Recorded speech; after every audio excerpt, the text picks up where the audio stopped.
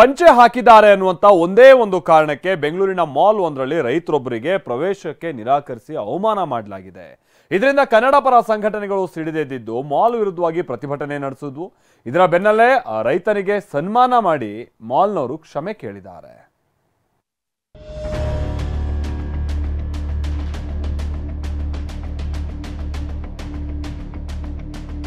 ಪಂಜಿ ಉಟ್ಕೊಂಡ್ ಬಂದವರಿಗೆ ಇಲ್ಲಿ ಪ್ರವೇಶ ಇಲ್ಲ, ಪ್ಯಾಂಟ್ ಹಾಕೊಂಬರ್ಬೇಕು ಅಂತಂದ್ರೆ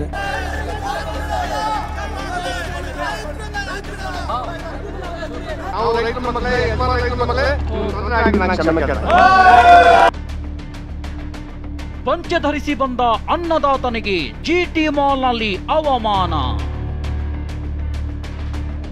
ಜಿಟಿ ಮಾಲ್ ಸಿಬ್ಬಂದಿ ವರ್ತನೆಗೆ ರೈತನ ಮಗನಿಂದ ಆಕ್ರೋಶ.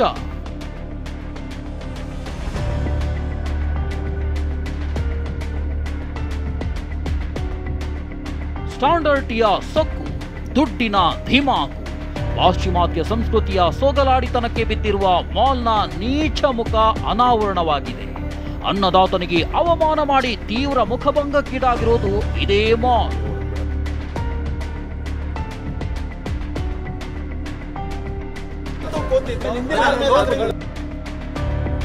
ಇದು ಬೆಂಗಳೂರಿನ ಮಾಗಡಿ ರಸ್ತೆಯಲ್ಲಿರುವ ಜಿಟಿ ಮಾಲ್. ನಿನ್ನೆ ಇಲ್ಲಿಗೆ ಹಾವೇರಿ ಮೂಲದ ಕುಟುಂಬವೊಂದು ಕಲ್ಕಿ ಸಿನಿಮಾ ವೀಕ್ಷಣೆಗೆ ಬಂದಿತ್ತು. ಅದರಲ್ಲಿ ಫಕೀರಪ್ಪ ಎಂಬ ವೃದ್ಧರೊಬ್ಬರು ಪಂಚೆ ಧರಿಸಿ ಬಂದಿದ್ರು.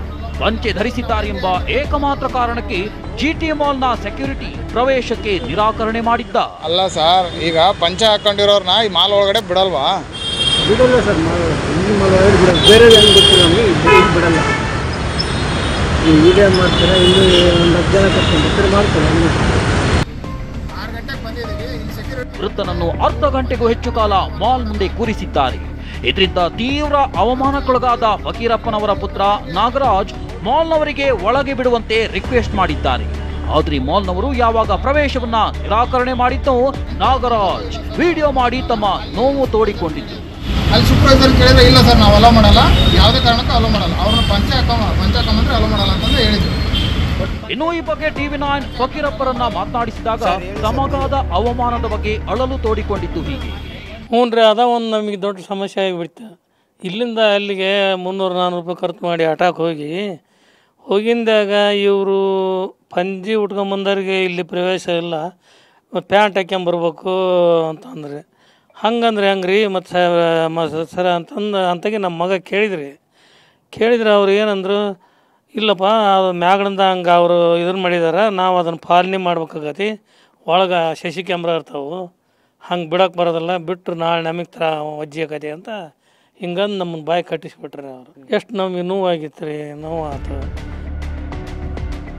ಕನ್ನಡ ಪರ ಸಂಘಟನೆಗಳ ಆಕ್ರೋಶ, ಕ್ಷಮೆ ಕೇಳಿದ ಜಿಟಿ ಮಾಲ್. ಇನ್ನು ಈ ವಿಚಾರ ತಿಳಿಯುತ್ತಿದ್ದಂತೆ ಜಿಟಿ ಮಾಲ್ ಮುಂದೆ ಜಮಾಯಿಸಿದ ಕನ್ನಡ ಪರ ಕಾರ್ಯಕರ್ತರು ಧರಣಿ ನಡೆಸಿದ್ರು. ಮಾಲ್ ವಿರುದ್ಧ ಘೋಷಣೆ ಕೂಗಿ ಆಕ್ರೋಶ ವ್ಯಕ್ತಪಡಿಸಿದ್ರು. ರೈತ ಸಂಘಟನೆ ಅಧ್ಯಕ್ಷ ಕುರುಬೂರು ಶಾಂತಕುಮಾರ್ ವಿಡಿಯೋ ಮಾಡಿ ತಮ್ಮ ಸಿಟ್ಟು ಹೊರಹಾಕಿದ್ದಾರೆ. ಇದು ನಮ್ಮ ಸಂಸ್ಕೃತಿ ಹತ್ತಿಕ್ಕುವ ಪ್ರಯತ್ನ. ಮಾಲ್ ಮಾಲೀಕ ಅನ್ನ ತಿನ್ನೋನಾಗಿದ್ರೆ ಈ ತರ ಮಾಡ್ತಿರ್ಲಿಲ್ಲ ಅಂತ ಕಿಡಿಕಾರಿದ್ದಾರೆ.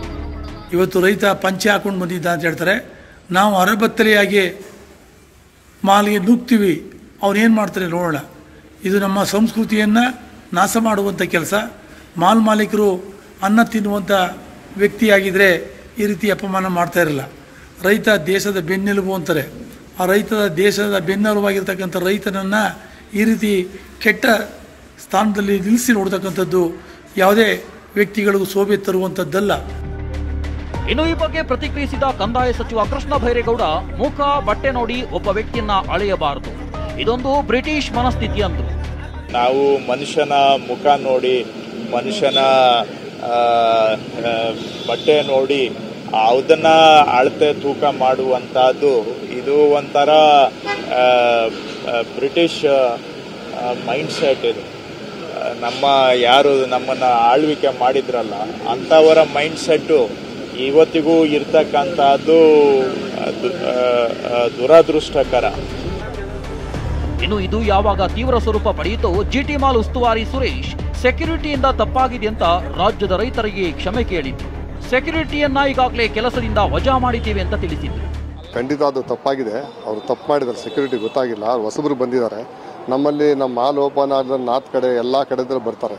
ಪಂಚೆ ಉಟ್ಕೊಂಡು ನಮಗೆ ಭಾರಿ ಸಂತೋಷ ಆಗಿದೆ. ನಮ್ಮ ಸಂಸ್ಕೃತಿ ಅದು ಪಂಚೆ ಉಟ್ಕೊಂಬರೋದು. ನಾನೇ ಒಂದೆಂಟು ಹಬ್ಬ ಹುಣ್ಣಿಮೆಗೆ ನಾವೇ ಪಂಚೆ ಉಟ್ಕೊಂಡ್ಬರ್ತೀವಿ, ಅದರಲ್ಲಿ ತಪ್ಪೇನಿಲ್ಲ. ಅದು ಯಾರೋ ಸೆಕ್ಯೂರಿಟಿ ತಪ್ಪು ಮಾಡಿದ್ದಾರೆ, ಅದನ್ನು ಎನ್ಕ್ವೈರಿ ಮಾಡಿ ಅವ್ರಿಗೇನು ಪನಿಷ್ಮೆಂಟ್ ಕೊಡ್ತೀನಿ.